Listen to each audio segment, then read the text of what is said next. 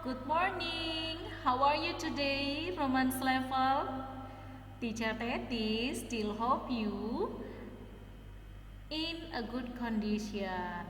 Oke, hari ini anak-anak teacher, yaitu hari Jumat 19 Maret 2021, kita kembali belajar matematikanya dengan topik modus. Ya, Teacher Teti mau bertanya, apakah anak-anak teacher sudah siap untuk belajar? Ya, Teacher Teti berharap kamu sudah siap ya, dan semua perlengkapan kamu sudah berada di dekat kamu. Oke, tapi sebelum kita memulai pembelajaran kita, Teacher Teti mau mengajak kamu untuk berdoa. Ya, kita satukan hati, kita berdoa. Terima kasih Tuhan atas anugerah dan kasih setiamu Tuhan yang sampai saat ini masih menyertai kami sehingga kami dapat berada sampai saat ini dalam keadaan sehat. Tuhan, sebentar lagi kami akan memulai pembelajaran matematika kami. Tuhan kiranya menuntun kami supaya kami dapat memahami penjelasan teacher kami. Tuhan, bantu kami Tuhan, kami mau serahkan awal pembelajaran kami sampai akhir pembelajaran kami. Di dalam nama anak-Mu Yesus Kristus kami berdoa dan menyerahkan diri. Amin. Iya, hari ini kita masuk ke topik modus ya. Nah, anak-anak teacher tentunya sering sekali menggunakan kata-kata modus nih. Biasanya kalau sama teman, kamu ada modusnya nih, modus. Sering sekali kan? Tapi maknanya tidak seperti itu. Nah, modus dalam matematika maksudnya adalah data yang memiliki frekuensi tertinggi atau data yang sering sekali muncul. Nah, teacher tekankan kembali, modus dalam matematika adalah data yang sering muncul. Nah, dalam menentukan modus ada langkah-langkah yang perlu kita lakukan. Yang pertama yaitu menyusun data ke dalam tabel distribusi frekuensi.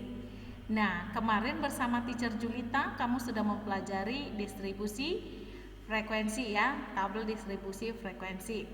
Lalu yang kedua yaitu mencari nilai distribusi yang paling tinggi frekuensinya. Oke. Nah, anak-anak teacher bisa melihat di bukunya ya. Yang pertama kita akan bahas modus data tunggal. Nah, contohnya nih. Jumlah siswa perempuan di 11 kelas SD Bintang Cempaka tercatat sebagai berikut, yaitu 16, 12, 14, 12, 17, 13, 15, 14, 16, 15. Nah, ini jumlah siswa perempuan di 11 kelas SD Bintang masing-masing, SD Bintang Cempaka. Nah, pertanyaannya adalah, susunlah data di atas,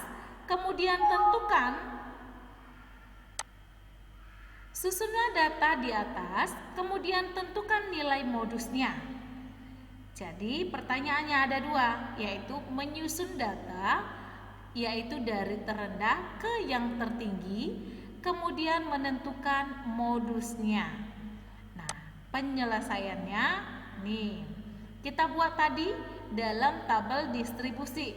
Ingat ya, langkah-langkah yang pertama tadi yaitu menyusun data ke dalam tabel distribusi frekuensi. Nah, kita akan lihat nih jumlah siswa perempuan. Nah, ini kita urutkan. Ya, kita urutkan yaitu ada 12, 13, 14, 15, 16, 17. Nah, ini angka yang atau digit angka yang ada pada soal tersebut. Jumlah siswa perempuan yang berjumlah 12 ada 2. Ya, ada 2. Kemudian frekuensinya adalah 2. Ini dia. Jadi Perhatikan tadi ya anak-anak teacher.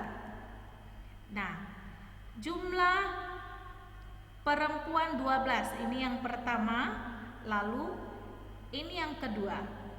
Ya. Kemudian jumlah yang ke-13. Kita perhatikan pada data kita 13 ada berapa? Oh, ternyata hanya 1. Ya, kita buatkan garis turusnya dan frekuensinya 1. Kemudian berjumlah 14. Kemudian kita hitung 1, 2, 3. Ya.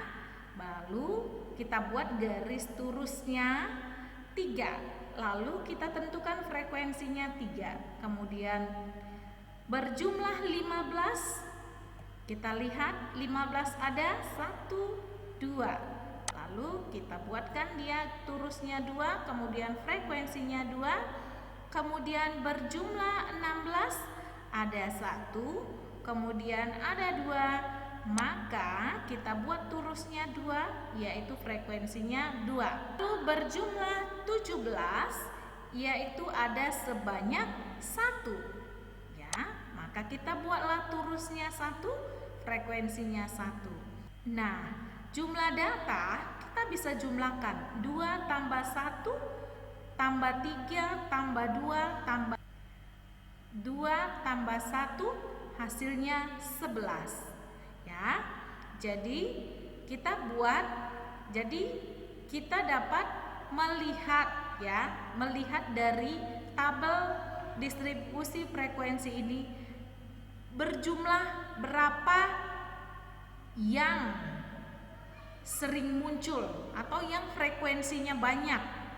Nah, kalau tadi berjumlah 12 dia ada 2 frekuensinya, berjumlah 13 ada 1 frekuensinya, berjumlah 14 ada 3. Maka yang paling banyak yaitu berjumlah 14, ya. Dari data tersebut terlihat bahwa angka 14 muncul sebanyak 3 kali atau paling sering muncul, sehingga modus dari data tersebut adalah 14. Nah, kita langsung lanjut untuk modus tabel piktogram. Anak-anak teacher bisa melihat di halaman 147 buku teks kamu ya. Contoh soalnya. Data penjualan buah jeruk selama 5 hari berturut-turut tersaji dalam tabel piktogram berikut. Ini dia. Hari Senin ada buahnya nih, ada sebanyak 5, Selasa ada sebanyak 6, ya. Anak-anak teacher bisa lihat. Nah, ada keterangannya. Nih, selalu perhatikan dan baca dengan teliti ya. Nah, oke. Satu buah jeruk akan mewakili untuk 20 jeruk, ya. Kemudian kalau dia separoh ini berarti mewakili 10 jeruk. Nah, anak-anak teacher bisa memperhatikan dan menentukan frekuensinya nantinya kan? Nah, lalu perhatikan di bawah tabel. Berdasarkan tabel piktogram tersebut, jawablah pertanyaan berikut. A. Berapa jumlah buah jeruk yang terjual selama 5 hari berturut-turut? B. Berapa banyak buah jeruk yang terjual setiap harinya? C. Modus dari data penjualan jeruk tersebut adalah. Kita akan menyelesaikannya di pembahasan nih ya.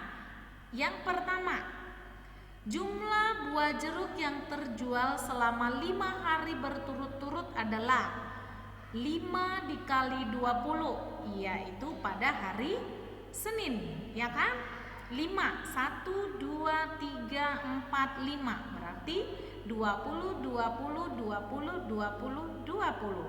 Nah, kalau di kalimat matematika perkalian ya menjadi 5 kali 20. 5 kali 20 kita tambahkan dengan hari ya, penjualan di hari Selasa yaitu sebanyak 6. 1, 2, 3, 4, 5, 6. Berarti 6 dikali 20. Tambah 6 kali 20 ditambah dengan penjualan hari Rabu, yaitu hari Rabu ada 5 jeruk. Hari Rabu ada 5 jeruk, yaitu 5 dikali dengan 20 ya. Nah, anak teacher bisa melihat 5 dikali 20. Lalu dijumlahkan dengan penjualan hari Kamis, yaitu 7 dikali 20 ya. 7 dikalikan dengan 20. Lalu penjualan di hari Jumat yaitu ada 1, 2, 3, 4 ditambah setengah.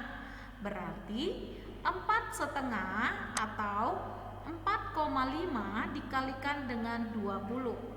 Nah, 5 kali 20 100 ditambahkan dengan 120 ditambahkan dengan 120, kemudian ditambahkan dengan 100, kemudian ditambahkan 140, kemudian ditambahkan dengan 90, hasilnya adalah 550 jeruk ya. Jadi bisa sampai di sini anak-anak teacher? Itu bisa ya. Lalu pada bagian B yaitu banyaknya buah jeruk yang terjual pada hari. Nah, hari Senin ditentukan yaitu 5 dikali 20 sama dengan 100. Kemudian Selasa, Senin dia 5 kali 20 sama dengan 100 jeruk. Kemudian Selasa 6 dikali 20 sama dengan 120. Kemudian 5 dikali 20 sama dengan 100. Kamis yaitu 7 dikali 20 sama dengan 140. Dan Jumat 4,5 atau 4,5 dikali 20 hasilnya adalah 90 jeruk. Nah, lalu pada pertanyaan yang C adalah modus dari data penjualan buah jeruk tersebut adalah. Nah, ingat kembali pengertian dari modus. Modus pada matematika adalah data yang sering muncul atau frekuensi yang lebih banyak muncul ya. Nah, anak-anak teacher tadi ingat kembali langkah menentukan modus ada 2, yaitu yang pertama mencari atau menyusun dalam tabel frekuensi. Kemudian yang kedua, kita mencari nilai frekuensi yang paling tinggi ya. Nah, di sini sudah kita buat ya, atau kamu bisa melihat di buku kamu tabel frekuensinya ya. Jadi tabel frekuensi untuk jumlah jeruk yang terjual 90 ada 2, yaitu pada hari Jumat. Nah, anak-anak teacher buat garis lurusnya sebanyak 1, maka frekuensinya adalah 1. Lalu pada jumlah yang terjual adalah 100, ada 2, yaitu pada hari Senin dan pada hari Rabu. Maka anak-anak teacher bisa membuat lurusnya garis 2 ya, garis 2. Kemudian frekuensi dapat ditentukan sebanyak 2. Lalu pada yang ketiga yang berjumlah 120. 120 ada pada hari Selasa, yaitu 120. Turusnya dapat kita buatkan sebanyak 1 atau garisnya 1. Maka frekuensinya kita buatkan 1. Lalu kita tentukan jumlah jeruk yang terjual sejumlah 140, yaitu hanya ada pada hari Kamis ya. Hanya ada pada hari Kamis. Kita buatkan turusnya 1, maka kita dapat menentukan frekuensinya yaitu 1. Nah, anak-anak teacher, dari frekuensi yang sudah kita dapat yaitu jumlah 90 jeruk terjual itu ada frekuensinya 1, lalu 100, memiliki frekuensi 2, kemudian jumlah 120 memiliki frekuensi 1, 140 memiliki frekuensi 1, maka dapat disimpulkan modus dari data penjualan buah jeruk tersebut adalah 100. Kenapa? Karena jumlah 100 memiliki frekuensi banyak, yaitu penjualan pada hari Senin dan pada hari Rabu. Jadi dia ada 2 kali muncul jumlah penjualan jeruknya sebanyak 100 ya. Jadi modusnya adalah 100. Nah, itu tadi kalau modus data dari piktogram ya. Ya, lalu kita masuk ke bagian yang ketiga, yaitu kita mencari modus dari data yang disajikan dalam bentuk diagram batang atau diagram garis. Nah, ini di buku kamu ada di halaman 149. Contoh soalnya ada ya. Hasil voting pilihan warna kaos olahraga siswa kelas 6 SD Pelita tersaji dalam diagram batang di halaman berikutnya. Perhatikan diagram tersebut dan hitunglah A. Jumlah siswa kelas 6 SD Pelita. B. Rincian jumlah warna kaos olahraga yang disukai siswa. C. Modus dari data. Nah, di buku kamu di halaman 150 disajikan diagram batangnya seperti berikut ya. Nah, masih ingat nggak anak-anak teacher bagaimana cara membaca diagram batang? Oke, tentu masih ingat ya nak ya. Nah, jadi warna kaosnya ada merah, biru, kuning, dan hitam. Warna merah dipilih oleh 8 siswa, warna biru dipilih oleh 4 siswa, lalu warna kuning dipilih 12 siswa, kemudian warna hitam dipilih sebanyak 5 siswa, yaitu bilangan yang berada di antara bilangan 4 dan 6, tentu saja bilangan 5 ya. Nah, ini dia. Lalu untuk menjawab pertanyaan yang bagian A, jumlah siswa kelas 6 SD Pelita adalah, maka kita tinggal menjumlahkan saja. Tadi warna merah ada 8 siswa, kemudian warna biru ada 4, kuning ada 12, kemudian hitam ada 5. Jadi dijumlahkan saja. 4 ditambahkan dengan 5, ditambahkan 8, lalu ditambahkan dengan 12 ya. Jadi hasilnya adalah 29 anak. Lalu yang B, rincian jumlah warna kaos olahraga yang disukai siswa adalah ya, merah 8 anak, biru 4 anak ya, biru 4 anak. Kuning ada 12 anak, kemudian warna hitam ada 5 anak. Nah, lalu pertanyaan yang bagian C-nya, modus dari data tersebut adalah, ayo, coba anak-anak lihat, modusnya adalah siapa? Ya, benar sekali, yang frekuensinya paling banyak. Frekuensinya paling banyak yaitu warna kuning. Jadi, jawaban C, modus dari data tersebut adalah warna kuning. Nah, selanjutnya kita masuk modus diagram lingkaran. Jadi ini data disajikan dalam bentuk lingkaran ya. Nah, di buku kamu ada pada halaman 151 ya. Contohnya, diagram lingkaran di halaman berikutnya menggambarkan ukuran kemeja yang dipakai oleh 50 karyawan toko andalan.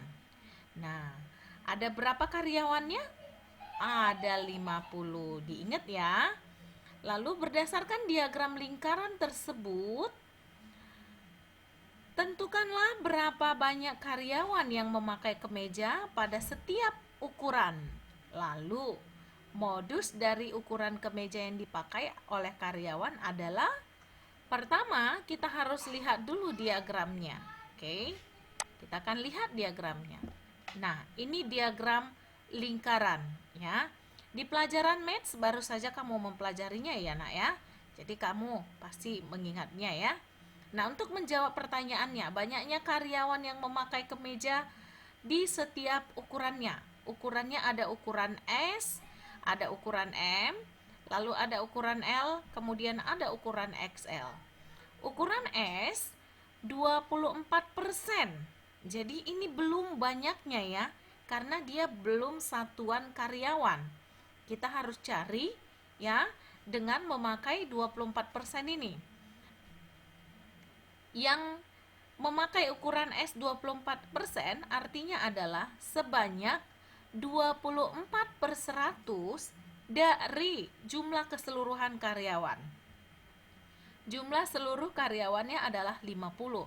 Berarti 24/100 dikalikan dengan 50 atau 24 dikali dengan 50 kemudian dibagi 100, hasilnya adalah 12 karyawan.